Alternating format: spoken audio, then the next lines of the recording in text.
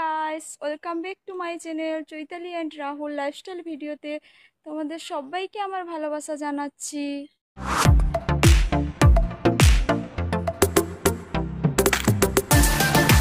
বন্ধুরা, আজ আমি একটা নতুন রেসিপি নিয়ে চলে এসেছি। দেখতে থাকুন। বাজার থেকে কাতলা মাছ নিয়ে এসছে তোমাদের দাদা ভাই। আমি এই কাতলা মাছটা দিয়ে কাঁচা মাছের তেল ঝাল করে আপনাদের দেখাচ্ছি কিভাবে করছি। আপনারা দেখতে থাকুন। আমি খুব ভালোভাবে ধুয়ে নিয়ে চলে এসেছি। এবার আমি মেরিনেট করব, দেখতে থাকো তোমরা। বন্ধুরা দেখুন আমি কিভাবে মেরিনেট করছি। এটাই প্রথমে লেবু দিয়ে দিলাম। লেবু রসটা দিয়ে দিলে মাছটা ভেঙে যাবে না, সেটা খুব ভালোভাবেই থাকবে। এরপর আমি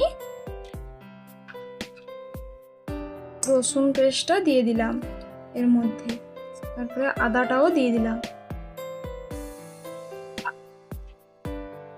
এরপর আমি পেঁয়াজ কুচিগুলো দিয়ে দিলাম এর মধ্যে, টমেটো কুচি, সব কিছু দিয়ে এবার আমি লঙ্কা গুঁড়োটাও দিয়ে দিলাম ওপর থেকে।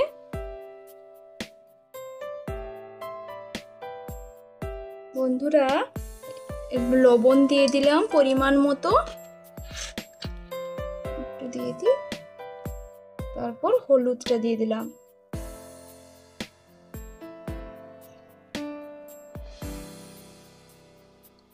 হলুদটা দিয়ে দিলাম। এরপর আমি খুব ভালোভাবে এটা মিশিয়ে নেব।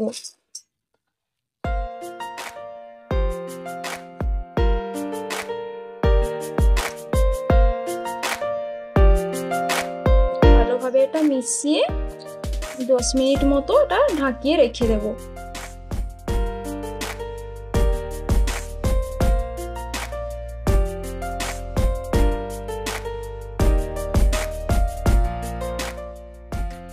আমার কড়াইটা খুব ভালোভাবে গরম হয়ে গেছে। আমি এতে তেল দিয়ে দেব। বেশ খানিকটাই তেল লাগবে। কাঁচা মাছের তেল ঝাল করার জন্য অনেকটাই তেল লাগবে।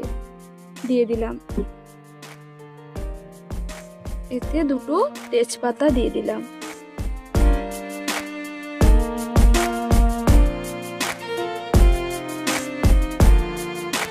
তেলটা গরম হয়ে গেছে। পেঁয়াজ কুচিগুলা কিছুটা দিয়ে দিলাম।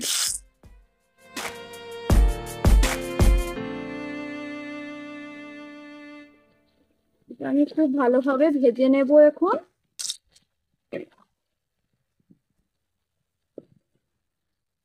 দেখুন আমার পেঁয়াজটা খুব ভালোভাবে ভাজা হয়ে গেছে। এরপর আমি এটা কতটা সুন্দর হয়েছে দেখুন। এটা যে মেরিনেট করে রেখেছিলাম এটা আমি এবার দিয়ে দেব।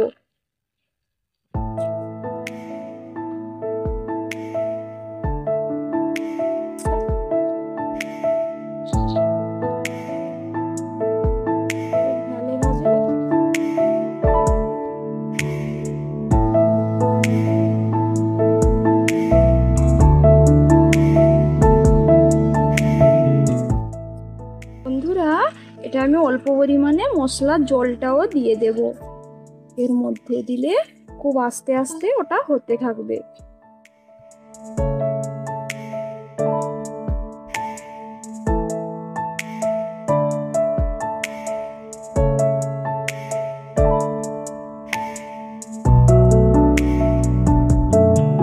মাছের তেল ঝাল খুব অল্প অল্প আঁচে ওটা হতে থাক। আর তার ওপর থেকে আমি কিছুটা ধনেপাতার কুচি ছড়িয়ে দিচ্ছি। দিয়ে এটা আমি ঢাকনা মেরে দিই। খানিকক্ষণ এটা হতে থাকুক। 30 মিনিট মতো ওটা হতে দেব। দেখুন বন্ধুরা এটা আমার কতটা সুন্দর তৈরি হয়ে গেছে। এখন এটা আমি একটু চিনি দিয়ে দেব খানিকটা, আর ওপর থেকে গরম মশলার গুঁড়োটা ছড়িয়ে দেব।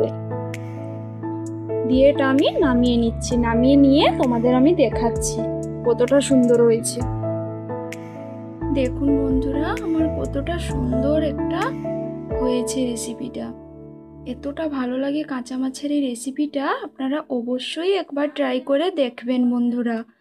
আর বন্ধুদের কেমন লাগলো ভিডিওটি অবশ্যই কমেন্ট করে জানাবে বন্ধু। টাটা।